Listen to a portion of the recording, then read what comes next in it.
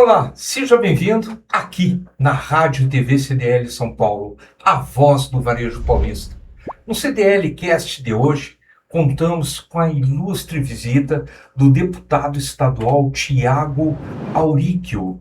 O deputado Thiago se elegeu no segundo mandato com 120 mil votos, 123 mil votos, um número extremamente expressivo que certamente reflete o trabalho que ele vem fazendo junto aos seus eleitores e o Estado de São Paulo.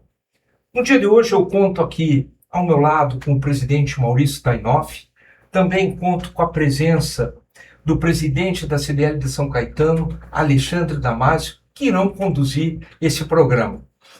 Presidente, deixo em tuas mãos então o CDL Cast. Obrigado a vocês que estão assistindo. Não esqueça de dar o like, de seguir as nossas transmissões. É muito importante que vocês percebam e entendam que esse modelo novo que estamos trazendo de casts é um modelo onde nós estamos trazendo o poder público, aqueles homens que decidem, que fazem as leis, que vigiam os nossos governos, seja do Estado, seja o governo federal, para que nós tenhamos resultados melhores para o nosso país, especialmente para nós, para você, empresário do varejo, que nós tenhamos mais condições e mais capacidade de poder gerar mais emprego, mais renda e poder crescer e ajudar o Brasil a se tornar um país muito melhor. Então, obrigado pela presença, deputado. Nós sabemos já o seu potencial, sabemos, é um deputado jovem, então tem um futuro grande aí pela frente, vai poder contribuir bastante com o Brasil e nós precisamos mesmo de pessoas jovens na nossa política. Precisamos oxigenar a nossa política e pessoas como você, tenho certeza que vão poder ajudar muito nessa empreitada de transformar o nosso Brasil. Bom, primeiro, obrigado, Maurício, a oportunidade da gente estar aqui hoje colocando um pouco do nosso trabalho, do nosso mandato, do que a gente já conseguiu realizar nesses agora quase 8 anos de mandato junto à Assembleia Legislativa de São Paulo. Agradecer o Vitor aqui também e agradecer o Alexandre, a gente que vem lá de São Caetano, né, é uma oportunidade, o Alexandre que já conheço há algum tempo, reativou o trabalho da CDL na nossa cidade e vem conduzindo ao lado de toda a diretoria estadual com muita maestria o trabalho na nossa cidade, na qual também te agradeço a oportunidade de estar aqui hoje. Mas como eu bem coloquei, a gente sabe da importância desses canais, podcasts, programas, a imprensa como um todo, para que a gente tenha a oportunidade de levar para todo o nosso estado, para todas as pessoas que acompanham vocês, todos os varejistas que são filiados, assim que acho que a gente entende, na CDL do Estado, para que eles possam entender um pouco do que a gente tem feito, principalmente a nossa principal pauta em defesa das mulheres no Estado de São Paulo. Então, como eu disse, a gente sabe da importância e eu só posso agradecer a oportunidade. Você sabe que quem nos ouve, né, presidente? Olá a todos que nos assistem. Coisa mais gostosa é antes de começar a entrevista, que a gente fala bastante, conta, conversa, o ambiente você não vê, mas tem aqui uma claque nos assistindo também. Muito obrigado a todos. Deputado, tem algumas coisas que eu acho muito rico do que o senhor está fazendo. Uma delas é o impacto de algumas políticas que o senhor implantou na ideia do varejo, no consumo. Então eu queria um pouquinho explorar isso, ou seja, a sua atividade e atuação legislativa no âmbito da segurança da mulher mudou e entrou numa esteira que a gente não falava, né? Havia talvez uma avenida aí para ser discutida e o senhor aproveitou bastante essa discussão da pauta da mulher. Queria que nós falássemos um pouquinho desse seu trabalho e também explorássemos para aqueles que não assistem como isso é importante para o consumo, que parece que é desassociada, né? A pauta da violência da mulher contra o consumo e, na verdade, é uma ação complementar para a gente consumir mais, para a gente vender mais, para a gente andar mais nas cidades. Olha, desde o primeiro dia do nosso mandato, a gente sempre levantou a bandeira da defesa da mulher aqui no Estado. Então, acho que na primeira oportunidade que a gente teve, a gente juntou toda a legislação que tinha no Estado referente a defesa da mulher, colocando ela num único documento, né? Transformando então toda a parte protetiva da mulher em São Paulo acabou se tornando o Código de Defesa da Mulher, né? Eu sempre faço uma associação à CLT, lá atrás, quando ela foi criada, os trabalhadores eles não tinham um amplo acesso, um amplo conhecimento dos seus direitos, e na época, na intenção de proteger essas pessoas, esses cidadãos que trabalhavam, né, que tinham seus direitos, mas que não os conheciam, foi criada então a CLT, que nada mais é uma junção de todas as leis que protegiam os trabalhadores. E qual é o objetivo disso que a gente sempre buscou, e acho que a CLT buscou muito isso, é ampliar o conhecimento dos seus direitos, que ampliando os seus direitos, a eficácia do exercício dos seus direitos aumenta. Qual foi o mesmo intuito dentro da Assembleia, quando a gente fez esse código? Então, acho que foi o primeiro passo que a gente teve na defesa da mulher no estado de São Paulo. E depois, eu acho que a lei mais, não vou falar mais importante, mas uma das mais importantes do nosso mandato, foi referente, então, ao protocolo Não Se Cale, né, que eu sempre trago como exemplo, que é um protocolo anti-assédio dentro de bares e restaurantes. Agora, até recentemente, o governador Tarcísio trouxe a ampliação dessa legislação junto às escolas, né, trazendo uma proteção maior dentro das escolas no nosso estado, protegendo então os nossos alunos, as nossas crianças. E eu acho que a gente tem, como você falando, Alexandre, até conversando um pouco e olhando para o lado do varejo, é aquela questão, né? A mulher vai consumir mais, uma família vai consumir mais se ela se sentir segura dentro de um ambiente. E acho que a gente, dentro dessa legislação, trazendo a oportunidade de bares, restaurantes, casas de show, estarem capacitadas, né, para receber uma população feminina, sabendo se comportar diante de um momento de assédio junto a uma mulher, eu acho que a gente pode trazer, e acho que a eficácia dessa lei vem nesse sentido, de trazer mais segurança para as mulheres. E acho que a gente entende muito nesse sentido, indo nessa linha dos consumidores, que eu acho que a gente só vai num ambiente quando a gente se sente seguro. E a gente não vai querer levar nossa filha, nossa esposa, nossa mãe num ambiente que não tenha essa capacidade. Então, eu acho que olhando por essa lógica, acho que com certeza é uma legislação também que envolve a parte econômica, fomenta essa parte econômica do varejo. Olha, para a maioria delas, eu acredito que a maioria das pessoas não aceita a violência contra a mulher.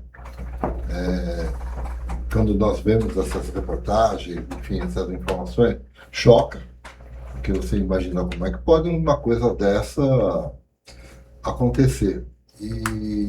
Mas é tudo uma questão, eu acho que começa na família, vem da família, e também nosso sistema CDL tem desenvolvido políticas em favor da mulher empreendedora, porque a gente entende que quando a mulher tem renda, ela é autossuficiente, ela tem mais segurança, ela é mais segura de si, não aceita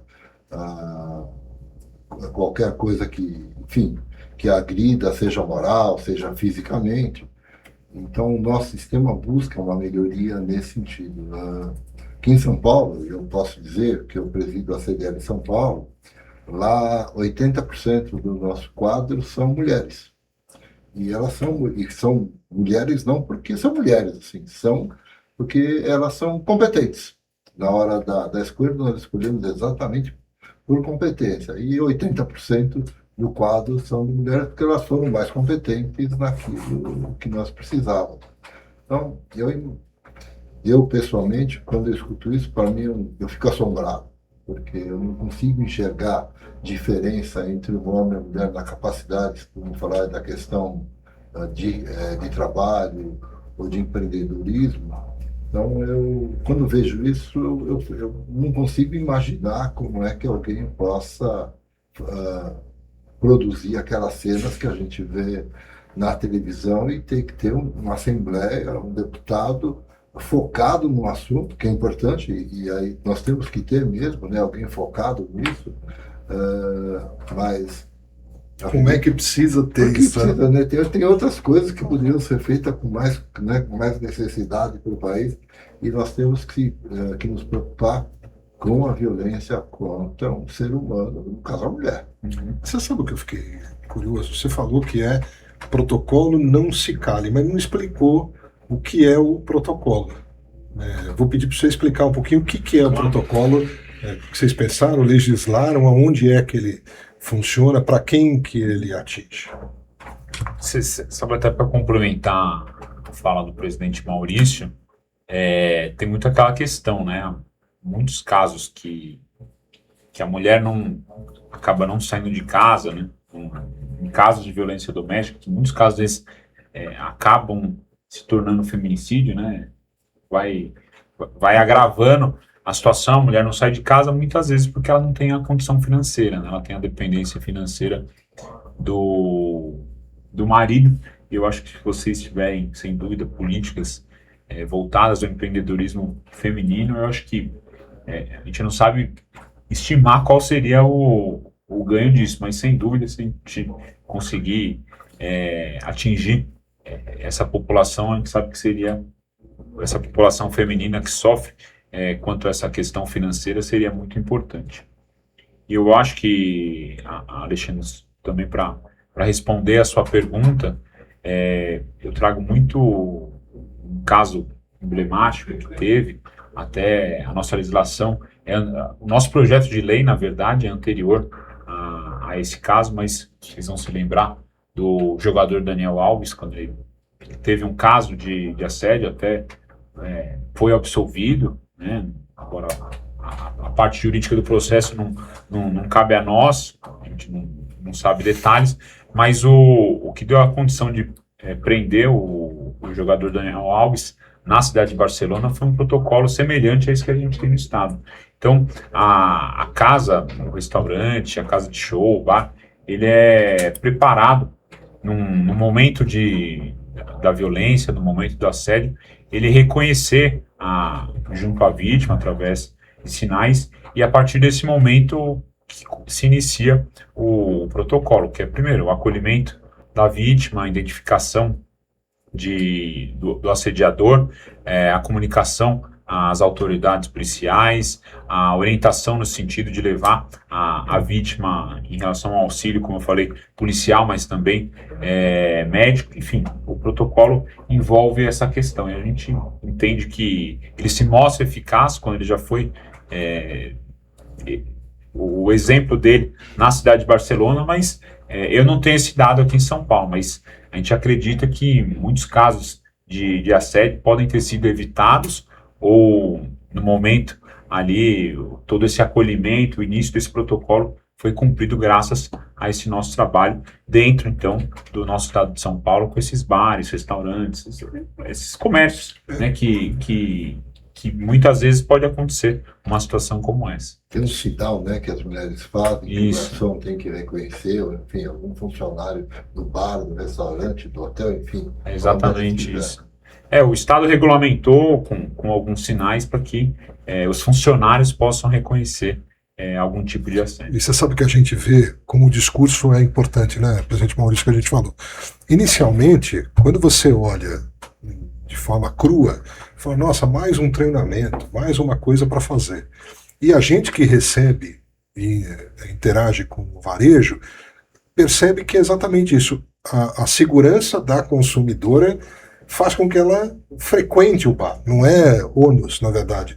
É um bônus que, quando eu tenho uma equipe treinada para acolher e para atender uma mulher, eu atraio mais essa consumidora. No caso de entretenimento jovem, quanto mais moças, mais rapazes, quanto mais gente no bar eu faturo mais, quanto mais segurança eu dou para a família, eu acabo agregando outras pessoas da família para um restaurante, para um ambiente de bar, de música, etc. A proposta é uma proposta de enriquecimento, até de ambiente econômico. A gente vê em São Caetano isso muito aderente às nossos bares e restaurantes. Mas ficou nas escolas também. A ideia de levar para as escolas. Queria também que a gente explorasse um pouquinho isso. A ideia nasce para o bar, restaurante, ele acaba sendo aplicado para o varejo em geral e agora está chegando nas escolas? Então, até falo que eu fico contente quando a gente vai num restaurante, num bar, e eu vejo que tem sido cada vez mais frequente quando a gente chega, e isso vocês já devem ter visto, que é uma placa Uma grande, plaquinha, né, uma né? identificação grande, está escrito lá, protocolo não se cale. E eu acho que complemento dessa legislação, né, acho que o governador Tarcísio foi muito feliz nesse sentido, principalmente toda a sua equipe. Eu acho que com o sucesso do protocolo não se cale, dentro dos estabelecimentos, eu acho que a gente tem ampliado isso para as escolas.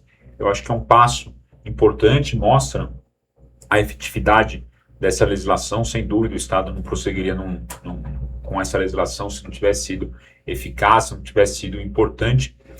Mas, enfim, eu acho que a gente vê o sucesso da legislação, o protocolo não se cale, dentro da iniciativa privada, e acho que o reflexo disso é a ampliação dessa legislação. O governador Tarcísio foi muito feliz nesse sentido quando expande essa lei do protocolo não se cale para a rede estadual de ensino, né, protegendo então também as crianças, as meninas, as mulheres dentro da rede estadual do nosso estado, a rede estadual.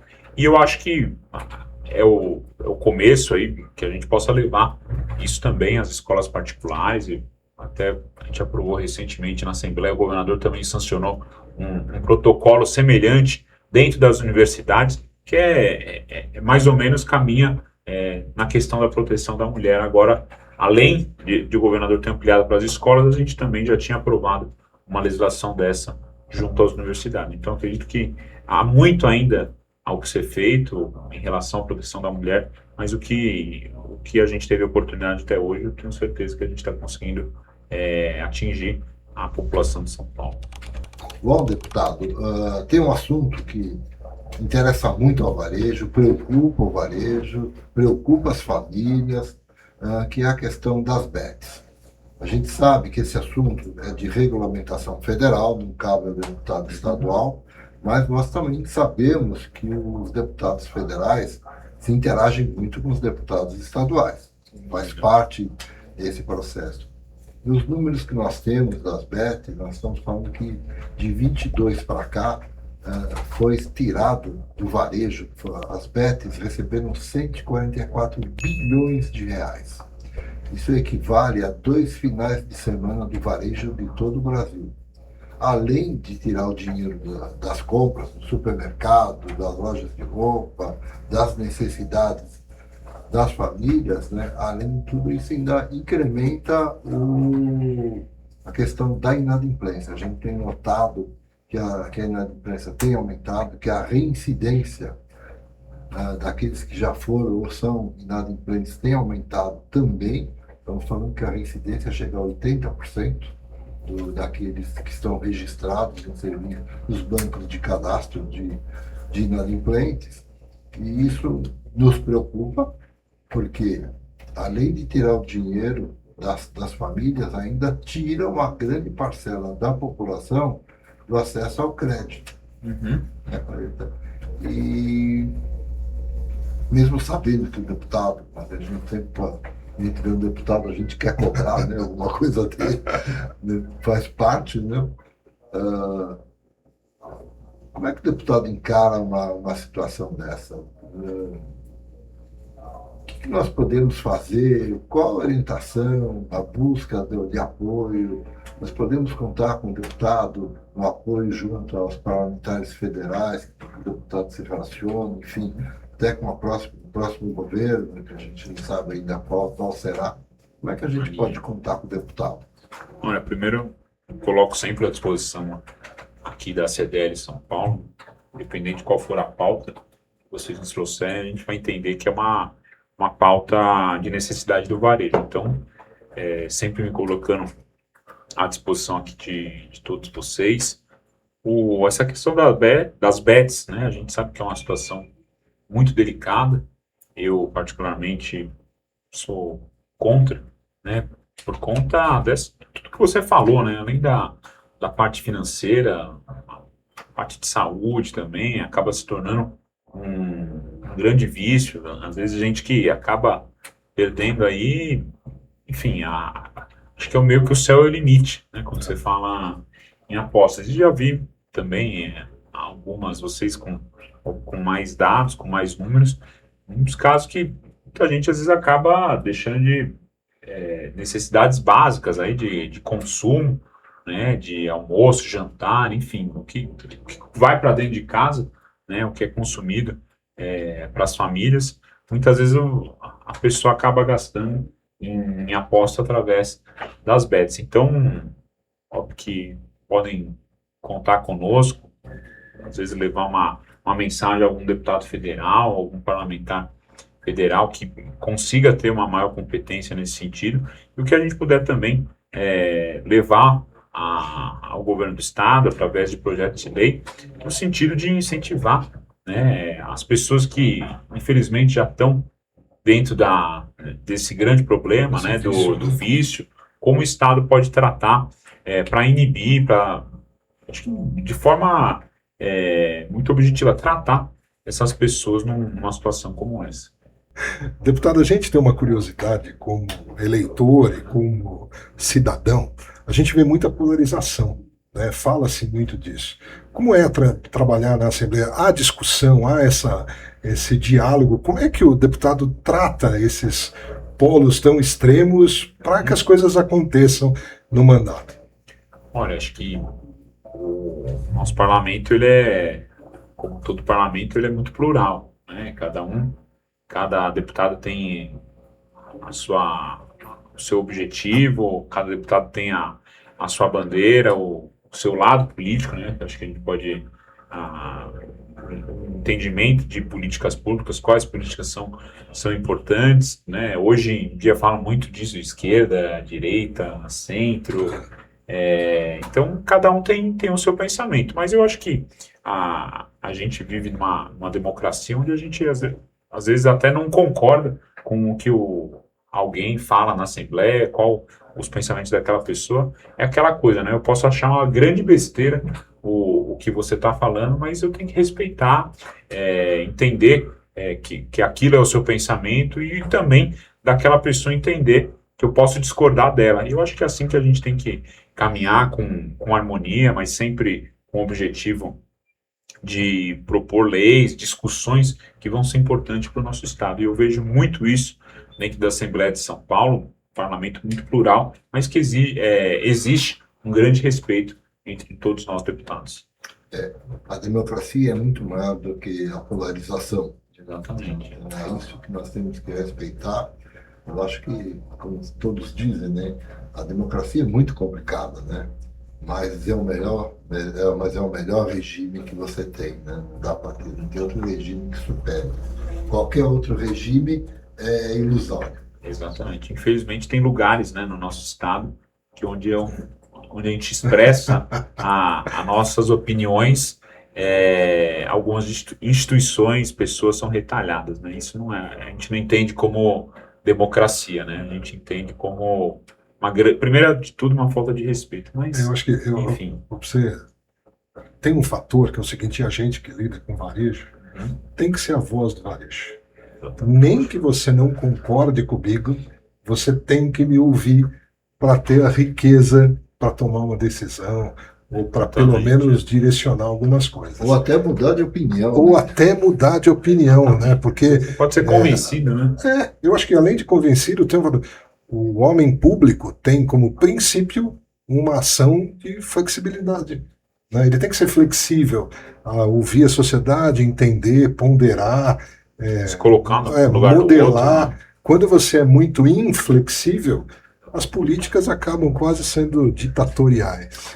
Eu sempre digo que se você não procurar o poder público, o deputado, expressar claramente qual é o problema, o que você pensa, o deputado vai achar que nós não temos problema nenhum, que o caminho que ele está seguindo é o caminho correto.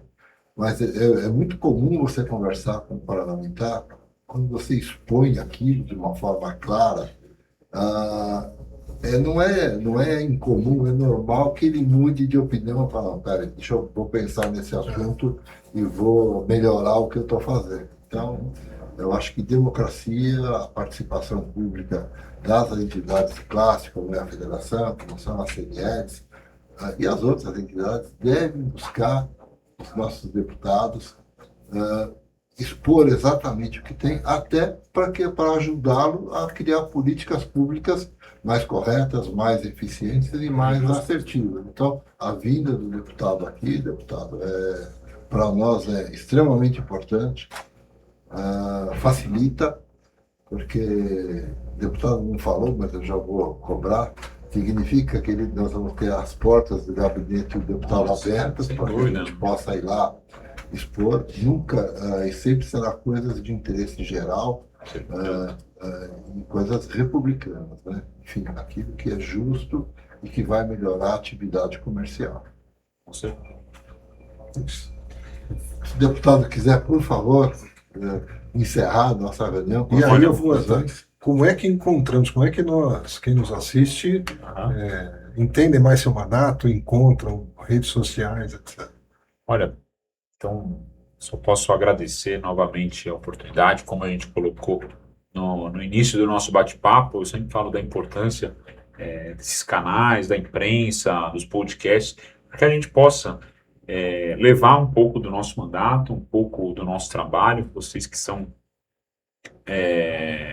uma entidade muito respeitada no nosso estado, muito abrangente, um alcance enorme, principalmente dentro do varejo. Eu desde já me coloco à disposição. A gente sabe que o que vocês trouxerem, sem dúvida, vai ser importante para o nosso estado, e nosso papel como homem público, né, como deputado, como parlamentar, ouvir essas demandas, entender essas demandas, enriquecer um pouco do nosso conhecimento, porque é sempre uma forma de conhecer com números, com dados que vocês possam nos trazer, e sempre levar isso ao governo do estado, através do nosso governador Tarcísio. Então, novamente, agradeço a oportunidade. Como o senhor falou, Maurício, à disposição, com as portas sempre abertas, e quem tiver a necessidade de nos procurar, a CDLs, que a gente tem uma relação muito próxima com a CDL de São Caetano, mas as 70 CDLs do nosso estado, quando tiverem oportunidade, quando tiverem na Assembleia, quando tiverem a oportunidade de estar aqui em São Paulo também, visitem o nosso gabinete, nos procurem nas nossas redes sociais. Minha rede social é o meu nome mesmo, é Thiago Aurica, é muito fácil de achar. A gente sempre vai estar à disposição para poder colaborar e ajudar o varejo de São Paulo. Muito obrigado. Bom, eu só tenho a agradecer. Deputado, muito obrigado pela presença, embora o presidente já tenha agradecido. Eu externizo também minha satisfação em receber o senhor aqui na rádio. E a todos vocês que nos acompanham, tenho certeza que também gostaram bastante desse bate-papo. E uma grande oportunidade de conhecer um pouco melhor o trabalho do deputado Thiago. Acessem as redes sociais dele, conheçam mais sobre o trabalho dele. A gente vive um momento de grande disputa no Brasil. Eu acho que escutar um deputado, conhecer o trabalho dele, nos ajuda até nas nossas escolhas lá na frente, né, quando a gente tiver as eleições. Então, conheçam melhor o trabalho dele, porque 123 mil pessoas não é um trabalho tão simples, né, e não foi à toa esses votos. Muito obrigado pela audiência de vocês. Se não se inscreveu no canal, faça isso agora. E gostou? Deixe um like, nos acompanhe e compartilhe esse vídeo para os seus amigos e para mais pessoas. Muito obrigado e até o próximo programa.